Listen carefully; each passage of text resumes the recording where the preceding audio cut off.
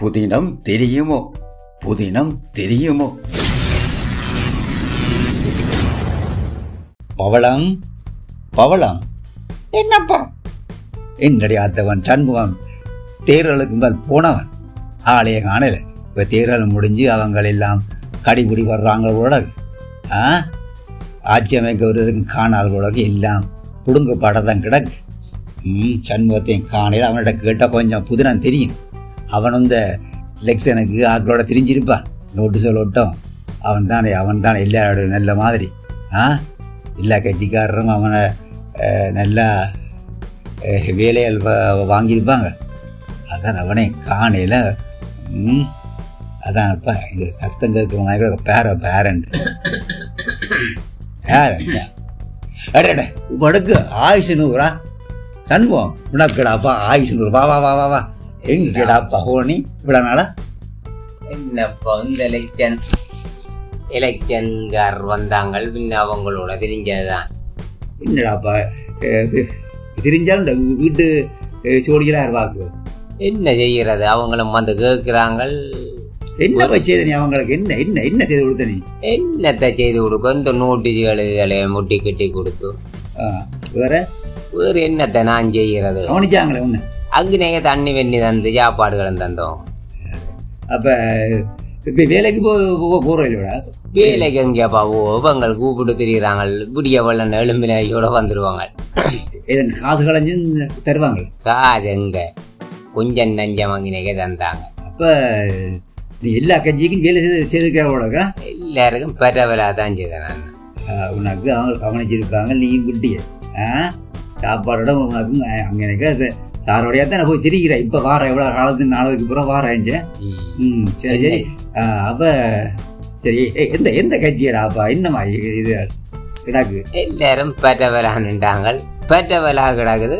ஆட்சியை அமைக்கிற கட்டத்தில் நிற்கிறாங்க. எல்லாம் குடுமி பிடிச்சாண்டியா கிடக்கு போல. எல்லாம் பெரிய பிரண்டத்தில் அனுபவம். வேறடா ஆட்சி அமைக்க போறாங்க. இந்த மாதிரி பெற போதுண்டு தெரியாத கட்டமாக கிடக்கு. பாப்போம் நாங்களும். சரி சரி பொறுத்திருந்து பார்ப்போம். சரி சரி எல்லாம் அதான்டா ஒற்றுமையா இருந்தாலும் இந்த பாடு தானே பிரச்சனையா போச்சு. இருந்தாலும் இந்த அங்க 5 இங்க 10 இங்க 1 கிடக்கா.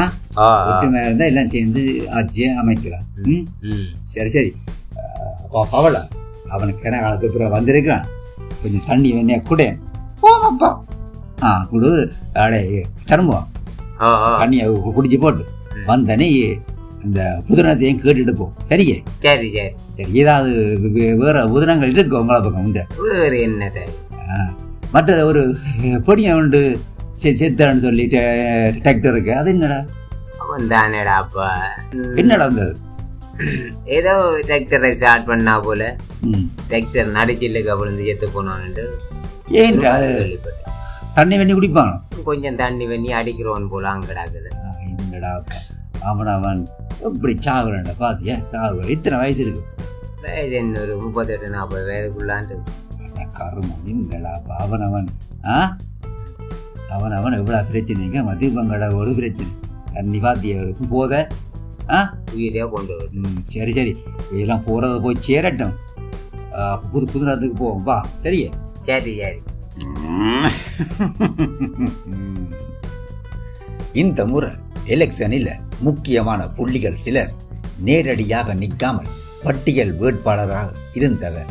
ஏனென்றால் அவை இந்த அரசியல் மதிப்புக்கு இப்படி வட்டாரத்தில் எலெக்ஷனில் நிற்க தப்பி தவறி தோத்துட்டால் அவ்வளவுதான். வட்டாரத்திலேயே வெல்ல முடியாதவர் பார்லிமெண்ட் எலெக்ஷன் கேட்க வந்துட்டார் என்று எதிர்த்தரப்புகள் நக்கலடிச்சு ஆளுந்த அரசியலை இருட்டாக்கி போடுவினர். அதால முந்தி எம்பியா மாகாண சபை உறுப்பினராக இருந்த சிலர் இந்த முறை உள்ளூராட்சி எலெக்ஷனில் சில சபைகளில் இப்படி பட்டியல் வேட்பாளராக நின்றவர். பட்டியல் வேட்பாளர் என்று கவர் எடுத்துக்கொண்டு ஓடியாடி பிரசார வேலைகளை தீயா செய்ததும் இவைகள்தான்.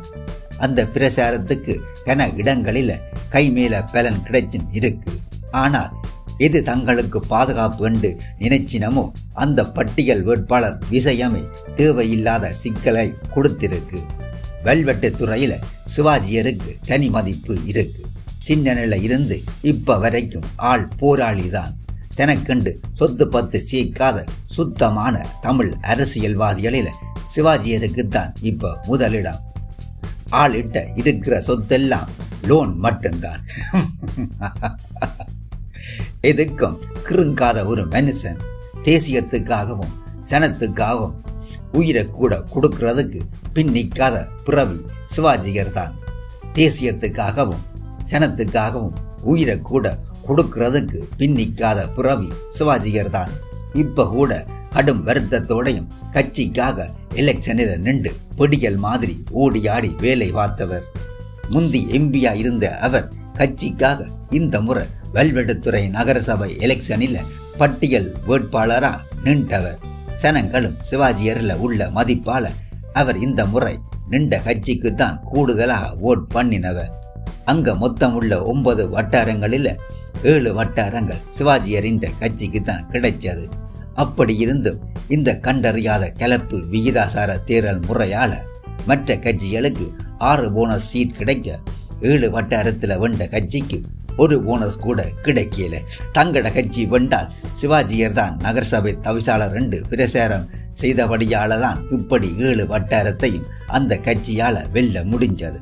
ஆனால் போனஸ் சீட் கிடைக்காததால சிவாஜியர் தவிசாளரா வாரதில் சிக்கல் ஒன்று வந்திருக்கு. என்றாலும் எலெக்ஷனில் வென்ற ஒரு வேட்பாளர் தன் பதவியை ராஜினாமா செய்தால் அவர் இந்த இடத்துக்கு சிவாஜியரை போட்டு தவிசாளர் ஆக்கலாம் என்றும் சொல்லுகிறார். வெல்வெட்டுத்துறை ஜனங்கள் ஆசைப்பட்ட மாதிரி சிவாஜியர் தவிசாளராக வந்தால் எல்லாருக்கும் சந்தோஷம்தான் கண்டியலோ.